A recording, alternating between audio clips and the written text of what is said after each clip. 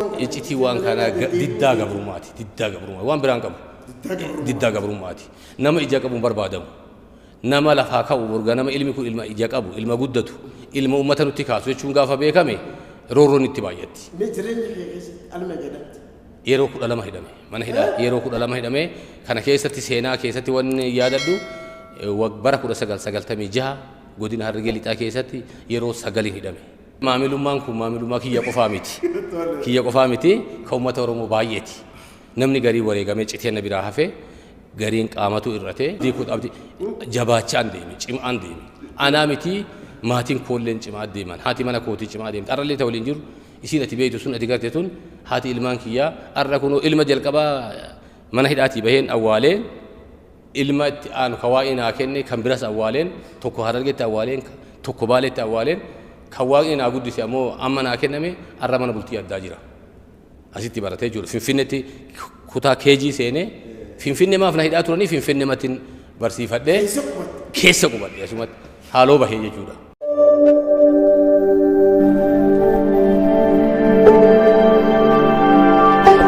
Entertainment Serial. Isummaan kiyya irraa kun nama hawaasaaf waan hedduu hojjetanii akkasumatti wareegama guddaallee kafalaa turanii mee ifnoo barsiisan durarratti maqaa keessan baga nagaan dhuftan. Toltuu baga sinaa jiru. Tole mee arraba kittu wal agarreegaa goota Usmaayyoo Muusaa san kabajuuf akka dhuftanii wal argine mee akkamiin yaadanne dura gara gaaffii keenyaa seenuu dura. Tole ani Usmaayyoo Muusaa kitti yaadan uummanni Oromoo ta'ee uummanni biyya tanaa namni isa beeku seenaa isaa beeku waan guddaa yaadachuu qaba. Keessattuu yeroo wareegama guddaa bara 90moota keessa 80moota keessa nama wareegama guddaa kafalee kallattiidhaan akka carraa ta'e ani nama barsiisummaadhaan bara 1995 naannoo Harargee lixaatti ramadame rakkoolee gurguddaa inni keessa dabarse waggaa 8 dabarsan keessatti yeroo san keessa nama naannoo san ture akka carraas ta'ee yeroo inni hidhamu anis akkuma reefu ati wareegama jettu san nama hidhaa ture waggaa tokko keessatti yeroo 9 mana hidhaa seenee jechuudha Harargee lixaa keessatti yeroo inni bahee sirba biyyaan bahu jedhu san anis carraa akkasiin na quunname jechuudha biyyaan bahu asumatti na keessaa dubbataa ture isa qofaa miti yoggaa inni amma haadha mana isaa osoo anaaf deemtu inni jedhu sun anas rakkoo akkasiin na quunname guyyaa kamisaa mana hidhaatii bahee guyyaa jimmataa ilma jalqabaa koo awwaaleen guyyaa sadaffaa afuraffaa mana hidhaatii deebi'ee achiin ji'a 4 karshallee jiroo ture anaaf jecha moo isilleen akkasumatti mudhii hidhattee yoggaa isiin aanaa bookee irraa kaatee baddeessaa qaxxaamurtee ciruutti deebitu sirbi Usmaayyoo Muusaa anaaf ammoo booya guddalleedha yaadannoo guddalleedha jechuudha bara 1996 akka lakkoofsa biyya kanaatti. Kanaaf inni yeroo san keessatti dhibamaa miidhamaa naannoo baddeessaa jira yaadannoo guddaa qabna biyyeen isaa salphattuu waaqni isaa araaramu nama seenaa Oromoo guddaa hojjete nama dhugaa nama ergaa guddaas dabarse biyya tiyyaatti haa wareegamu malee lubbuutiyyaan biyya alatti hin dheessuu asumatti wareegama saba koo keessatti aanaaf aalii koo keessatti haa cilaawu haa daaraa ta'u nama jee nama ergaa akkasii dabarsee nullee fakkeenya ta'ee yeroo 12 jiruu kiyya keessatti umrii kiyya kana keessatti bara 97 dura jechuudha 89 irraa haga 97 jiru yeroo 12 mana hidhaa seenee hin bahu anillee jechuun Usmaayyoo sun hin bahu na gootee carraa irraa kan argadhe jechuudhanis. Kanaafuu goota kana kabajuuf hin dhufe. Gaariidha bagadaa bakka nagaan dhuftanii mee xiqqishuu seenaa keessanirraa zaa qabdanirraa xiqqishuu meeshaa abbaa gadaa jechuudha. Abbaa gadaa jechuun maqaa Oromoon baallii namaa kennu maqaa ulfinnaati maqaa maatiin sii baasuu miti kun maqaa Oromoo gadaa sirna gadaa keessatti namaa kennamudha jechuudha. Ibsaa jechuudha. Kanaaf ani Seifuu Kadiirin jedhama.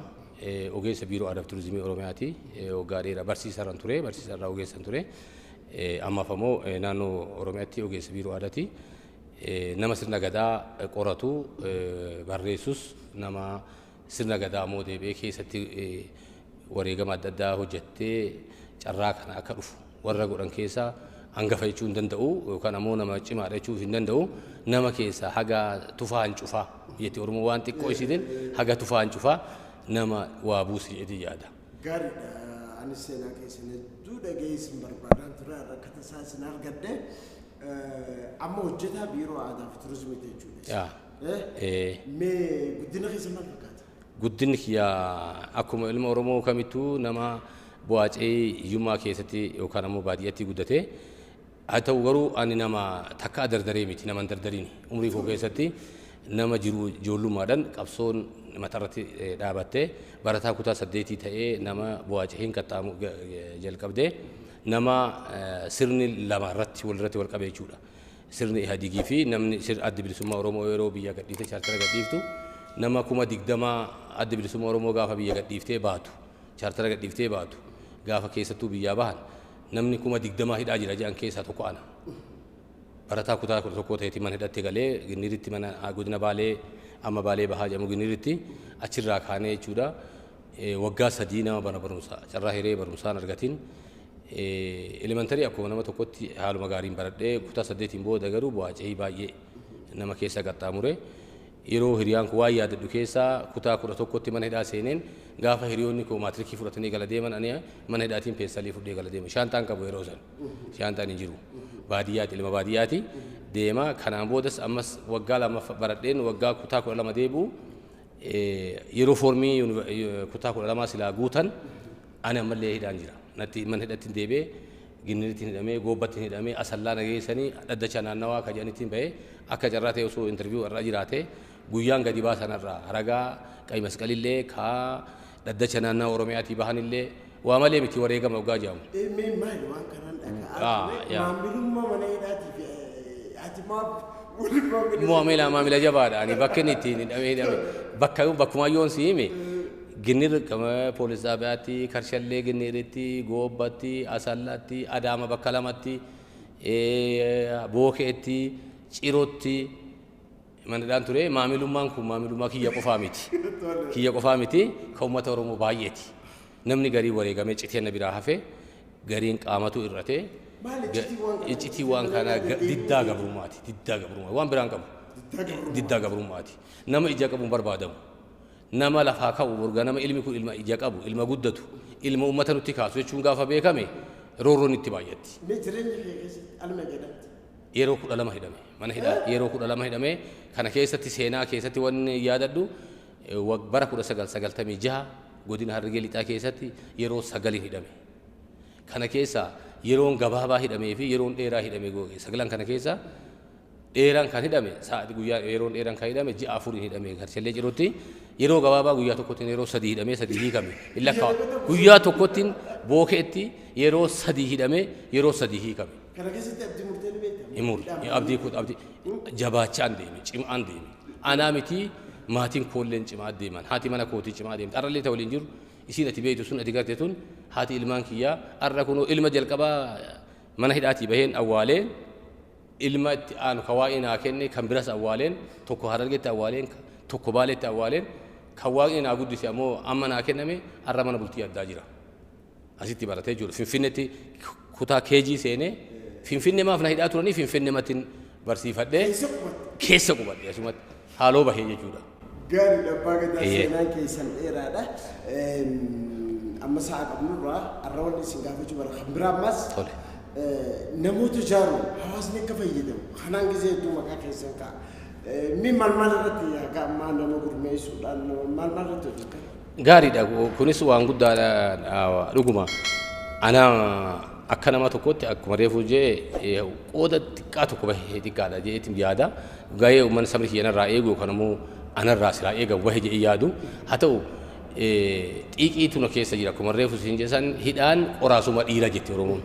Nu qoraaste hayyuu wajjin hidhamtaa beekaa wajjin hidhamtaa akkan sirna gadaallee baradhu akkan aadallee keessatti guddadhu kan na godhe roorroodha hayyuu wajjin hidhamta yeroo kamiyyuu manni hidhaa namni doofan hidhamu namni maraatuu fi namni hidhamu nama wallaala miti kana qabadhu namni maraataa ta'ee karra deemu kun hundi isaa nama sammuun isaa guddaati waatu rakkatee maraata namni hidhamulleen doofaa yookaan ammoo nama laafaa namni hidhu nama jaba nama waa keessa jiran hidhatu hidhama diinni yookaan nama hidhu nama jaba ofirraa hidha gaafa san nama jabaa wajjin hidhamna waan ta'eef jabaa taata leenca wajjin namni oolu leencuma ta'a goota wajjin yookaan gootuma taata kanaaf wanni kun nu keessatti horamaa deemee akka jabaannu keessattuu dimogiraafiin naannoo kanaa magaalota akka jijjiiramu uummanni keenya uummata baadiyyaati.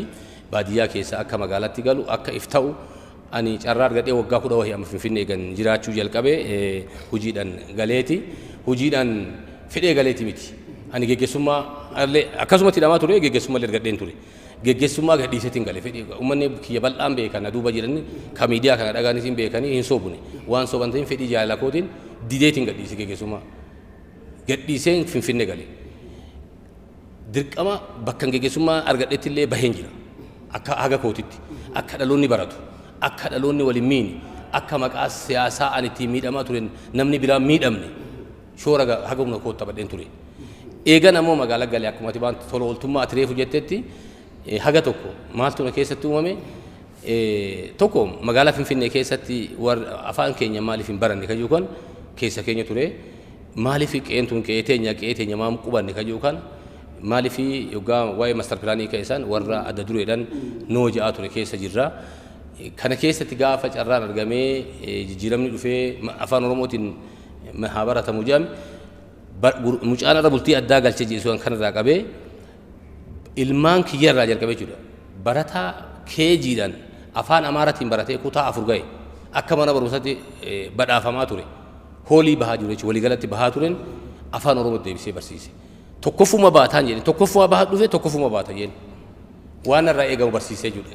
Achirraa dura bal'inaan na ibsite waan kana fuuldura gamannoon sudoota kan isin afeer waadee isin godha.